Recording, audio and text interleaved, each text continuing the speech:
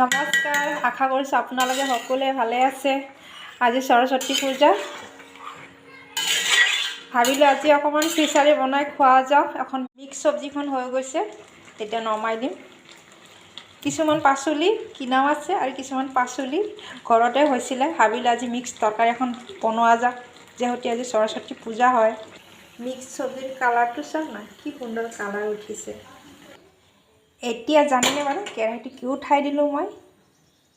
কেৰাহীটো উঠাই দিয়া কাৰণ হ'ল বেঙেনা ভাজি। খিচাৰীৰ লগত এক পিচ বেঙেনা নহ'লে ভাল লাগে জানো? ওপৰৰ পৰা মই অকণমান ডিজাইন বনাই দিছোঁ, যাতে হালধি নিমখটো যাতে সোমাই যায়।